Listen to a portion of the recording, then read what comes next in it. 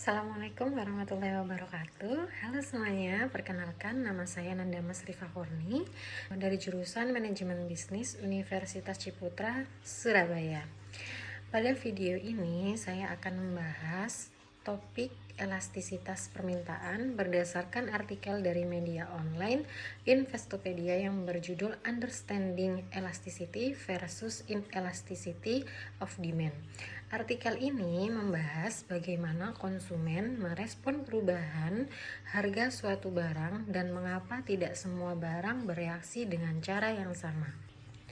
Nah, dalam artikel tersebut dijelaskan bahwa elastisitas permintaan adalah ukuran seberapa besar perubahan jumlah permintaan suatu barang ketika terjadi perubahan harga.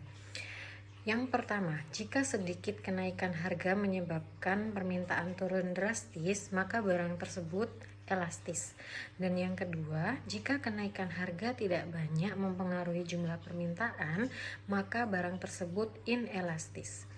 Nah, sebagai contohnya, barang kebutuhan pokok seperti obat-obatan cenderung inelastis, sedangkan barang non-primer seperti produk gaya hidup atau fashion yaitu lebih elastis.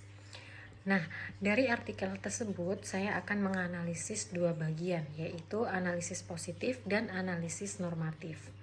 Nah, untuk analisis positifnya sendiri, yaitu analisis yang menjelaskan kondisi yang sudah benar-benar terjadi di lapangan atau yang terjadi saat ini. Berdasarkan artikel tersebut, kondisi nyata yang terjadi adalah bahwa respon konsumen terhadap kenaikan harga sangat bergantung pada jenis barangnya. Barang yang memiliki banyak substitusi seperti minuman kemasan atau produk fashion akan mengalami penurunan permintaan yang signifikan ketika harganya naik. Hal ini menunjukkan permintaan yang elastis. Sebaliknya, barang yang sangat dibutuhkan dan sulit digantikan seperti obat penting atau kebutuhan dasar sehari-hari tetap dibeli meskipun harganya naik. Ini menunjukkan permintaan yang inelastis. Artikel ini juga menegaskan bahwa perusahaan dan produsen sering menggunakan pemahaman elastisitas untuk menentukan strategi harga. Jika permintaan bersifat elastis, kenaikan harga justru dapat menurunkan total pendapatan. Namun jika permintaan inelastis, kenaikan harga tidak terlalu mempengaruhi jumlah penjualan.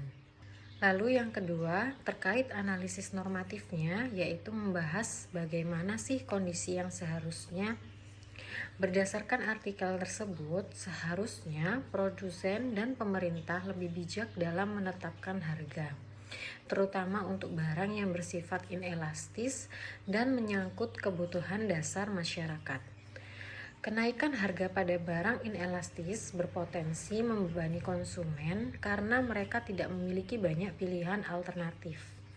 Selain itu, produsen seharusnya melakukan analisis elastisitas sebelum menaikkan harga agar keputusan yang diambil tidak merugikan konsumen maupun perusahaan sendiri.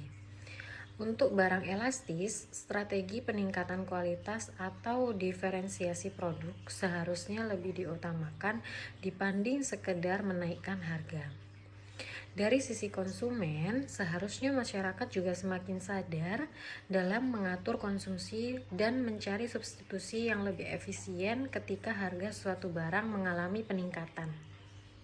Nah, sebagai kesimpulan, elastisitas permintaan membantu kita memahami bagaimana perilaku konsumen terbentuk akibat perubahan harga itu sendiri.